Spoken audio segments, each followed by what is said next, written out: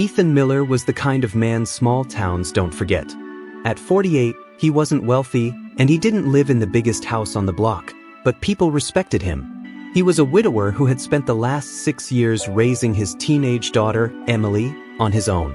Since his wife's passing, life hadn't been easy. He'd poured every ounce of energy into keeping their world together, running his modest auto repair shop during the day and making dinner for Emily at night. Neighbors admired him. "Ethan's the type who'd give you the shirt off his back," folks would say. And it was true. He didn't cheat people at his shop. He charged fair prices, sometimes even fixing things for free if a family couldn't afford it. To Ethan, integrity wasn't a choice, it was who he was. That's why, on a chilly evening in late November, as he was driving home from the shop, his eyes locked on something he couldn't ignore. Just outside the gas station on Main Street, under the harsh glow of a flickering street lamp, sat a man who looked completely out of place. He wore a threadbare jacket that was 2 sizes too big, jeans torn at the knees, and scuffed sneakers that looked like they'd been through a war. He held a piece of cardboard with shaky handwriting, "Just need a chance." Cars drove by. Some drivers pretended to be on their phones. Others glanced for a moment, then quickly looked away. People walked into the gas station and out again, passing him as if he were invisible. But Ethan slowed down. His hands tightened on the steering wheel as he thought about those words, "Just need a chance." He remembered nights after his wife, Laura, died. The nights when Emily was asleep, and he sat at the kitchen table with bills piled high, wondering how he would make it to the next month. He remembered how one neighbor dropped off groceries without asking, how another slipped $50 in his mailbox when he was behind on the mortgage. Those small acts of kindness carried him through. So, as he rolled down the window, his voice was steady but gentle. "Hey, you all right out here?" The man looked up slowly. His face was gaunt, his beard scruffy, but his eyes carried something familiar. Weariness. Defeat. A longing to be seen. "Just down on my luck, sir," he said quietly. "Don't need much. Just somewhere to sleep tonight." Ethan hesitated. He knew what his brother would say, "Don't you dare bring a stranger into your home." He knew what Emily might think. "Dad, this is crazy."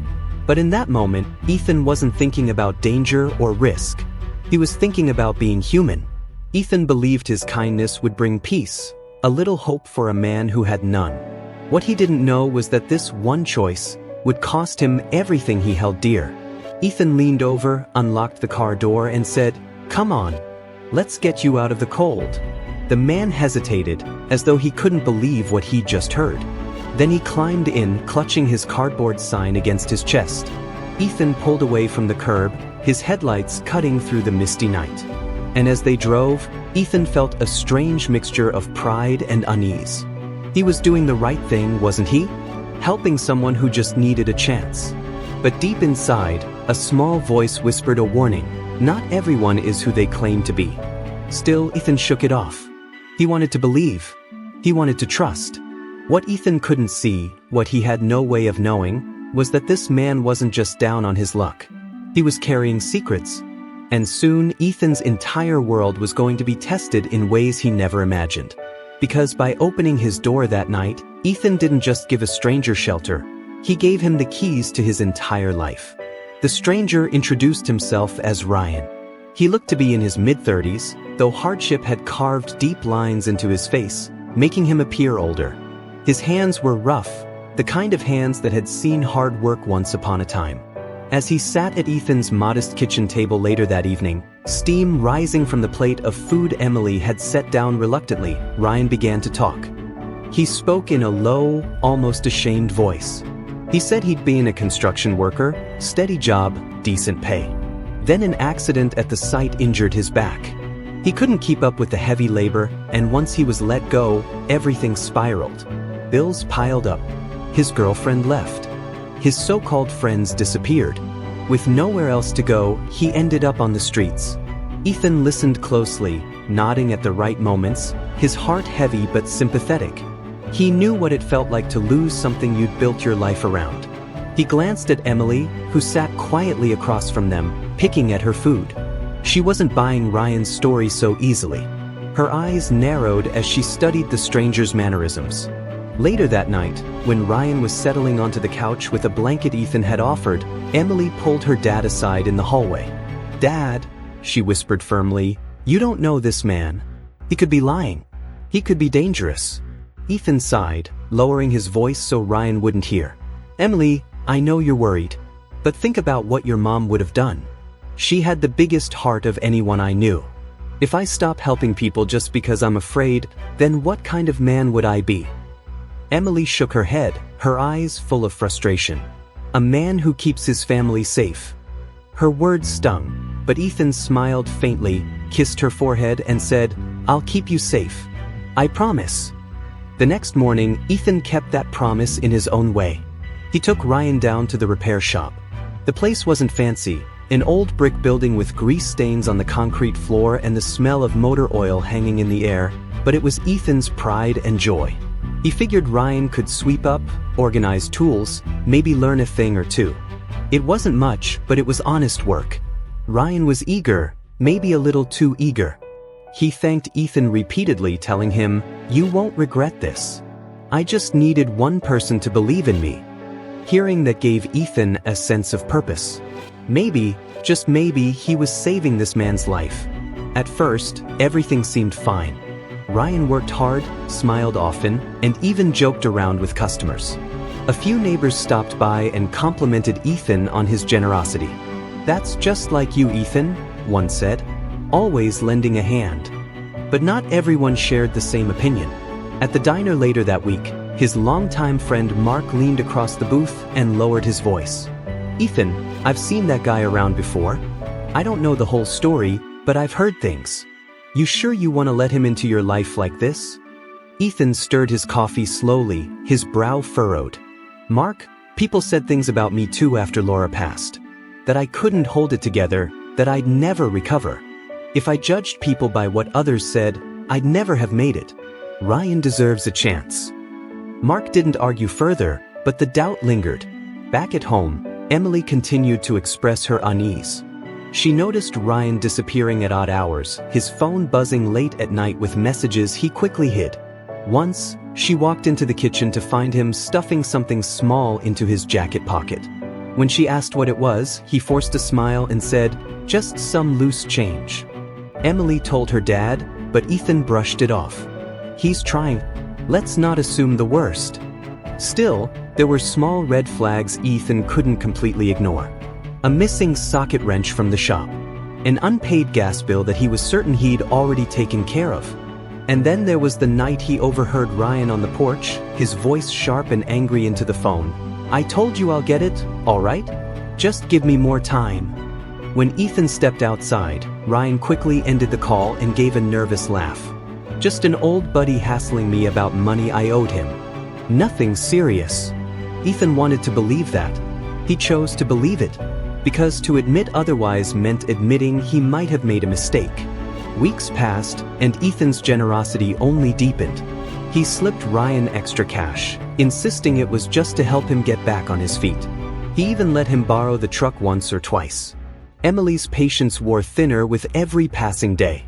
One night, as they were washing dishes, she finally said, "Dad, you're too trusting. Not everyone deserves your kindness. Some people take and take until there's nothing left." Ethan paused, the plate still in his hand. He stared out the window into the dark, quiet street. "If we stop helping people, Emily, then what's the point? What kind of world would we live in if everyone just turned away?" His daughter shook her head, her voice trembling. "But what if helping him ends up costing us everything?" Ethan didn't answer. He couldn't. Deep down, her words planted a seed of doubt. But outwardly, he remained firm. And as Ryan settled deeper into their lives, that seed of doubt would soon grow. Because the cracks in the stranger's story were about to split wide open. For a while, Ethan managed to convince himself things were going well. Ryan was polite, worked hard at the shop, and even offered to help around the house. On the surface, he looked like the perfect example of why giving someone a second chance mattered. But beneath that surface, cracks were forming. Cracks Ethan could no longer pretend weren't there. It began with money. One Friday evening, as Ethan closed out the cash register at the shop, he noticed the numbers didn't add up. $100 short. At first, he thought maybe he'd miscounted. He went through the receipts twice, even 3 times, but the money simply wasn't there. He let it slide, telling himself mistakes happened. But when it happened again the next week, doubt crept in. The only person who had been near the register besides him was Ryan. Ethan wanted to believe the best. He told himself, maybe he just borrowed it and forgot to say something. Maybe he needed it for something urgent. Then came the rumors. One of his longtime customers, Mrs. Whitfield, pulled him aside in the waiting area. She lowered her voice and said, "Ethan, I don't mean to pry, but I heard Ryan telling someone he was co-owner of this shop. That true?" Ethan's heart sank. Co-owner? That was a lie, and a bold one at that. He thanked Mrs. Whitfield and brushed it off, but the thought gnawed at him. That evening, he confronted Ryan. "I've been hearing things," Ethan said firmly. "You telling people this is your shop?" Ryan smirked and waved a hand dismissively. "Ah, come on, Ethan. It was just talk. People respect me more when they think I've got something going on. Doesn't hurt you, right?" Ethan clenched his jaw. "It does hurt me. This shop is my life. You don't get to use it like some story to make yourself look better." Ryan's smile faded, replaced with irritation. "Relax, man. I'm just trying to get by." Ethan let it go, though uneasily. But that was only the beginning. Not long after, a few of Ethan's closest friends started to distance themselves. Mark, the same friend who had warned him at the diner, stopped coming around altogether. Neighbors who used to wave seemed less friendly now. Ethan overheard someone at the grocery store mutter, "I can't believe he's hanging around with that guy." It was like his reputation, built over decades of honesty and integrity, was slipping through his hands because of the man he'd chosen to help. The tension followed him home. Emily grew quieter around Ryan, barely speaking at the dinner table. She began spending more time in her room, her once easy laughter gone. One night, after Ryan had left abruptly saying he had business to handle, Emily looked her father straight in the eyes and said, "Dad, why can't you see it? He's using you. Everyone else can see it but you." Ethan tried to stay calm, but his voice carried the weight of frustration. "Emily, I'm not blind. I know things don't look perfect, but if we give up on people the second they stumble, who's ever going to get back up? You think people didn't doubt me when your mom died? You think they didn't wonder if I could hold it together?" Her eyes softened for a moment, but her voice stayed firm. "That's different. You didn't lie. You didn't steal. You didn't tear people down to lift yourself up." Her words landed heavy, and for the first time, Ethan had no reply. The final straw came one night at the shop. Ethan had stayed late, the hum of a single overhead light filling the silence. He went to lock up and noticed Ryan's jacket hanging on the chair. Something weighed down the pocket. Against his better judgment, Ethan reached in and pulled out a thick wad of cash. Far more than Ryan should have had. Ethan's chest tightened. He sat down hard in the chair, the bills trembling in his hands. There was no explanation for this that didn't confirm what he had feared all along. At that moment, the phone rang. Ethan jumped, dropping the money on the desk. He answered to hear a voice he didn't recognize, sharp, impatient, and threatening. "Tell Ryan his time's up. If he doesn't pay, it's on him and anyone who helps him." Ethan froze, the color draining from his face. He whispered, "Who is this?" But the line had already gone dead. And just like that, everything he'd built, everything he'd tried to protect, felt like it was slipping away. Ethan thought his kindness was saving a man.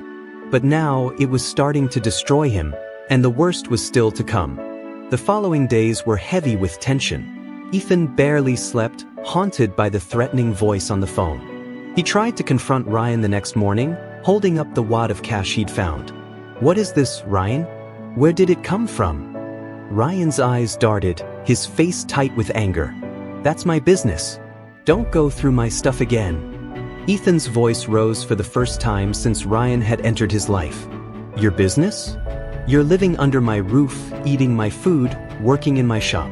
If you're dragging me into something dangerous, I have a right to know." Ryan's expression hardened. "Relax. You don't understand. I'll take care of it." He snatched the cash from Ethan's hands and stormed out. That night, Ethan sat at the dinner table, his untouched food growing cold. Emily's eyes were full of fear. "Dad, we need to get rid of him before it's too late." Ethan rubbed his face, exhausted. "I don't even know how. He's got nowhere else to go. Throwing him out would feel like abandoning someone when they need me most." Emily shook her head, tears in her eyes. "He doesn't need saving. He's sinking us." Ethan wanted to argue, but he couldn't deny it anymore. Something was wrong. Terribly wrong. The breaking point came 2 weeks later. A knock at the door shattered the quiet of a Sunday morning. Ethan opened it to find 2 police officers standing there, stern-faced. "Mr. Miller?" one asked. "Yes. We received a report tying this address to a stolen vehicle." Ethan blinked, stunned. "A stolen what?" The officer stepped aside, revealing his truck parked across the street, its license plates swapped. Ethan's stomach dropped. That was the truck he had let Ryan borrow just 2 nights earlier. Emily gasped behind him. "Dad?" Ethan's voice shook as he said, "There must be some mistake. That's my truck." The officer's tone was firm. "It was spotted at the scene of a burglary. We'll need you to come down to the station for questioning." The world blurred. Ethan couldn't breathe. His neighbors were watching from their porches. People he'd known for years, people who trusted him, were staring at him now with suspicion. Ryan was nowhere to be found. Hours later, after grueling questions and paperwork, the officers finally let Ethan go, but not before leaving him with a warning. "If you're covering for this man, Mr. Miller, you'll go down with him." By the time Ethan returned home, his reputation was already in tatters. Word had spread fast in their small town. His shop phone was full of canceled appointments. A sign someone had spray-painted in red across his garage door read, "Thief." He stood there in disbelief, staring at the letters that mocked everything he'd ever stood for. His knees nearly buckled under the weight of it.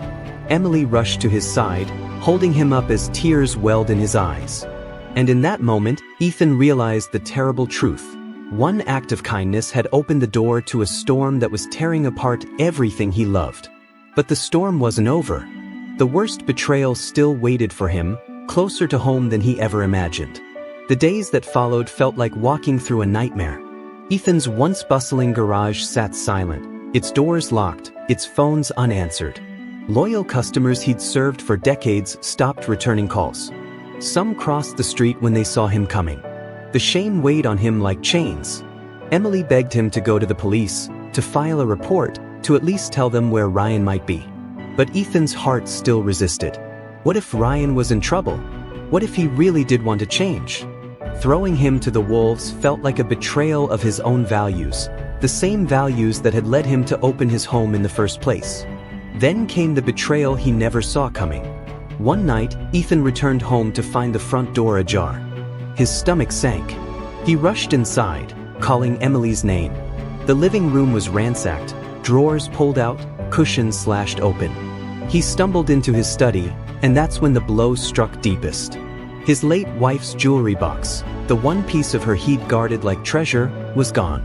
Inside had been her wedding ring, the necklace she wore the day Emily was born, and letters she had written before she passed. They weren't worth much in money, but they were priceless in meaning. On the desk lay a note, scrawled in Ryan's messy handwriting. "I'm sorry. I had no choice. Don't come after me." Ethan's knees gave out. He collapsed into the chair, his hands trembling as he held the note. His vision blurred, not from anger, but from heartbreak. The boy he had fed, sheltered, defended, even against his own daughter, had taken the only things he could never replace. Emily stood in the doorway, her face pale, her voice raw. I told you he'd destroy us." Ethan's voice cracked. I thought kindness could fix him." Emily's eyes filled with tears. "Kindness isn't supposed to cost you your soul." The house felt colder than ever before. Silent, stripped, broken. Ethan wandered through the rooms that night, touching the empty spaces where memories had once lived.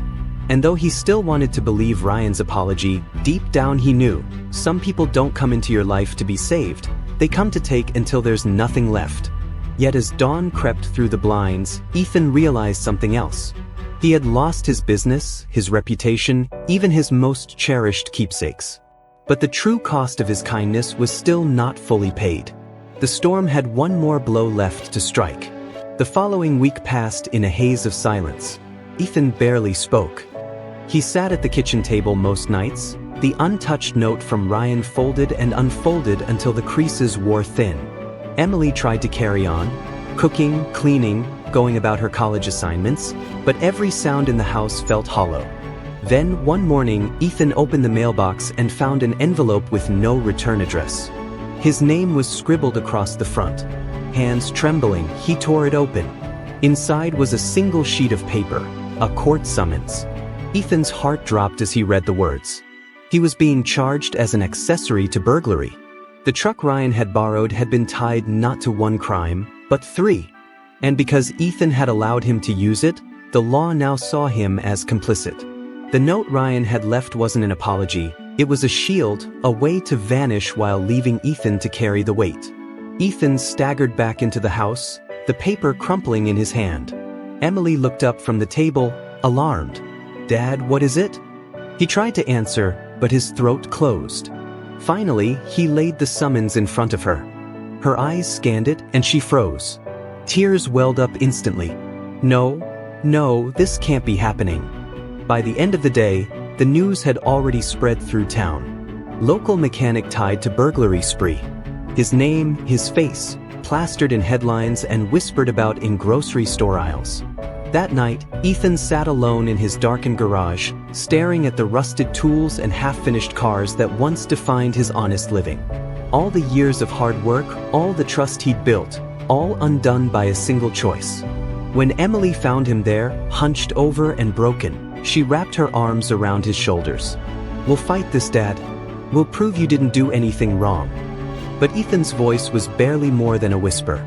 "I just wanted to help him. That's all I wanted." The silence that followed was unbearable. Outside, the small town he had once served so faithfully had turned its back. Inside, he carried the crushing truth. His act of kindness hadn't just cost him his livelihood, his reputation, and his most precious memories. It had cost him himself. Ethan sat in the quiet of his one-room apartment. The walls were bare, the hum of the fridge the only sound. He had lost his home, his business, and the respect of his community. His daughter spoke to him less and less, and his closest friends had pulled away. For a long time, he stared at the worn photo of his late wife on the nightstand and whispered, "I tried to do the right thing. But maybe I was just a fool." Yet deep down, he knew he couldn't erase who he was. Kindness wasn't something he put on like a jacket, it was the very fabric of his being. He thought back to all the people he had helped in his life. Neighbors, church members, even strangers who had never repaid him. Not every act of kindness had turned out like this. Many had blossomed into lifelong friendships, small victories, or simple thank yous that warmed his heart. As he reflected, a knock came at his door. Cautious, Ethan opened it to find Mrs. Green, an elderly woman from his old neighborhood. Her hands trembled as she held a casserole dish. She looked him in the eyes and said, "Ethan, you may not realize it, but you saved me once. Years ago, when I lost my husband, you showed up at my door with groceries and sat with me for hours. That day, I thought I had nothing left to live for. But your kindness reminded me that people still cared. I never forgot that." Her words pierced through the fog of his despair. He let her inside, and for the first time in months, Ethan felt seen. As they sat at his small table, she continued, "You may have lost so much, but don't you ever think your kindness was wasted. You gave people hope.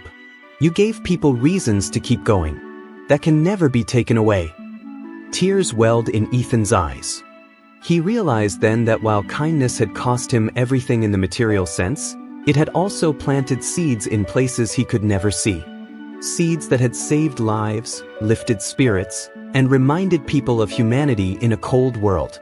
Ethan whispered, "Maybe kindness doesn't always pay back the way we want. But maybe that's not the point." He never regained his old business, and some relationships remained broken. But slowly he found peace. He volunteered at a local shelter, this time with wiser eyes and guarded trust. His daughter began to visit again, seeing the resilience in him despite all he'd endured. Though scarred, Ethan stood as living proof of the lesson life had carved into him. Kindness had cost him everything, but it had also defined everything that was best about him.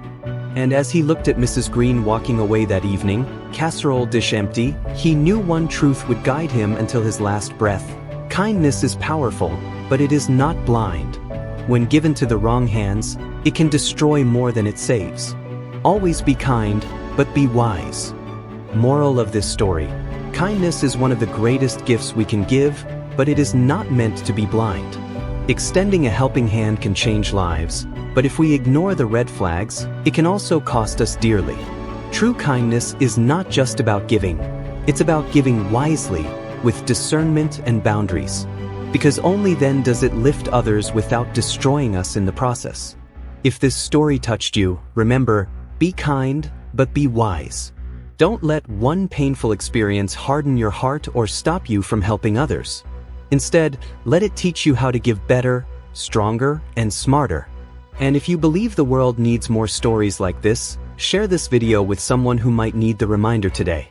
Because you never know, the kindness you show could be the very thing that saves someone's life tomorrow. And remember, we're not just telling stories. We're changing lives.